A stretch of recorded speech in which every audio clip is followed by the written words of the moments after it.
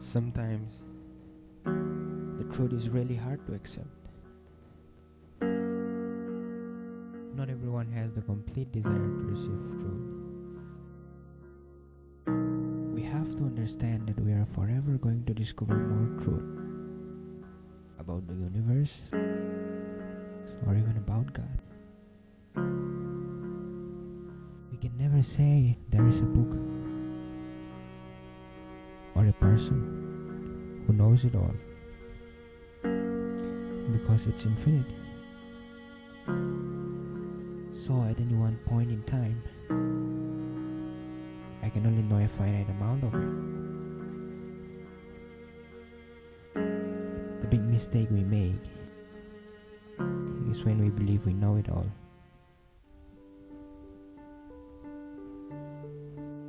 The case with all mankind discovery is this.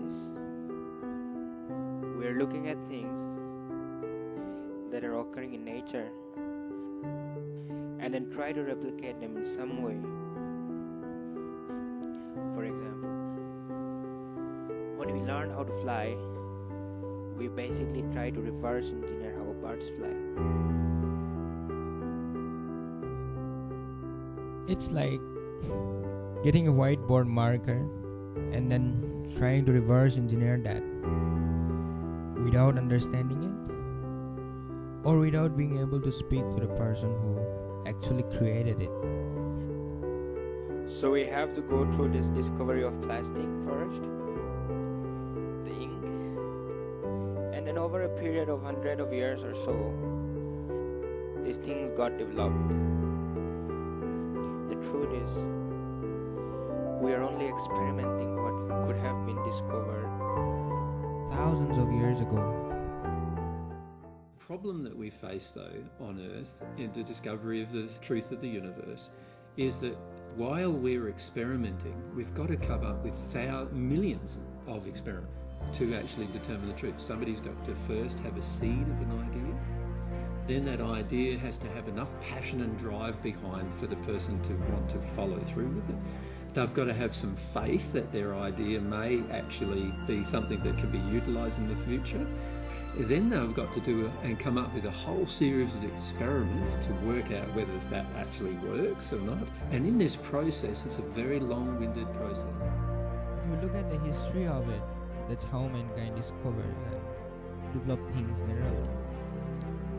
But it doesn't have to be that way. There is also a secondary way of doing it, and that most scientists also ignore, although they're often being guided by it all the time. And that is, there's a whole group of people who used to live on Earth who are now in the spirit world, who were scientists, who were musicians, who were artists, they had developed a lot of knowledge while they were on Earth. They passed in the spirit world, they realised a lot of that knowledge wasn't the full knowledge of the universe, and they've discovered a lot more since. And what many of them do is they come back to Earth and influence the next generation of scientists or artists or engineers or mechanics or any other form of person who's on the Earth. But unfortunately, religion in particular has been very opposed to that form of discussion, because there are certain dangers that in those forms of discussion that we need to understand, and we need to therefore prepare ourselves for and deal with, emotionally deal with. But what mankind has done is they go, oh, that's too dangerous, we can't go there with the spirit communication. So that closes down all of the people who have ever passed before us from communicating with us. And so for many of us, we could learn and could have learned far more truth by just listening to what they've already discovered, because they've had the option of discovering many more things because of their ability to go to different locations and check things out more rapidly. The third, but most important method is the complete connection with God. The reality is that God has constructed a universe that can only be understood at the emotional level, at the soul level. The intellect is a byproduct of that. Mankind wants it to be the intellect first, and the emotions are sort of a byproduct of that. But the scientists would want to believe that this is all religious. And the religionists want to believe that it's all religion as well. Whether it's an atheist or a scientist or a person in religion, like someone who's Muslim or Christian or any other form of religion, All of these things really are religions in a way, in the sense that they fix the human soul to a perspective that is damaging to the human soul because it doesn't allow the communication with God. And I'm saying, no. I'm talking about the discovery of everything in the universe. There's all these different secrets that man is yet to even discover. And the secret of how levitation works, and the secret of how healing works, which we could easily be discovering. But we have to be in the right place for it first. You see, it's no good having teleportation as an option when mankind is generally in a space where they would use it in an unloving manner. So what happened with the discovery of many of our discoveries in human nature is we've gone to the point where we've had enough love to discover something.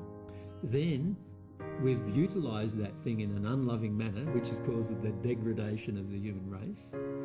Then we realise that it's unloving to do it that way, and so we then start utilising that particular thing in a loving manner. And then we get through all of that process, and now we're ready to discover some more truth about that particular thing. If you look at the pattern, you'll see this pattern everywhere. Like, man discovered flight. A few years later, they were using aeroplanes to drop bombs in the First World War. The very first aeroplanes that were mass-produced for war. Right? So an immediate unloving way in which we utilise the information.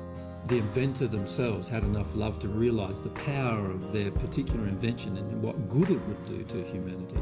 But then there's people who grab that discovery, utilise it for unloving purposes, and then we go through this transitional period. And we still haven't even come out of the transitional period of using aeroplanes for unloving purposes. We still haven't even come out of it. This is 100 years later. You look at it for nuclear weapons, right?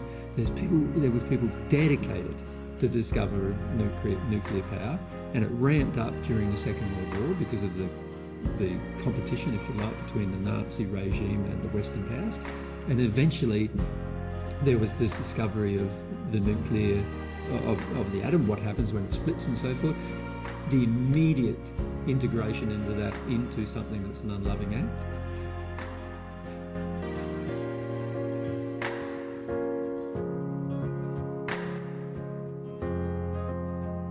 So the basis of any questions about the universe need to be, firstly, what method of discovery do I wish to use?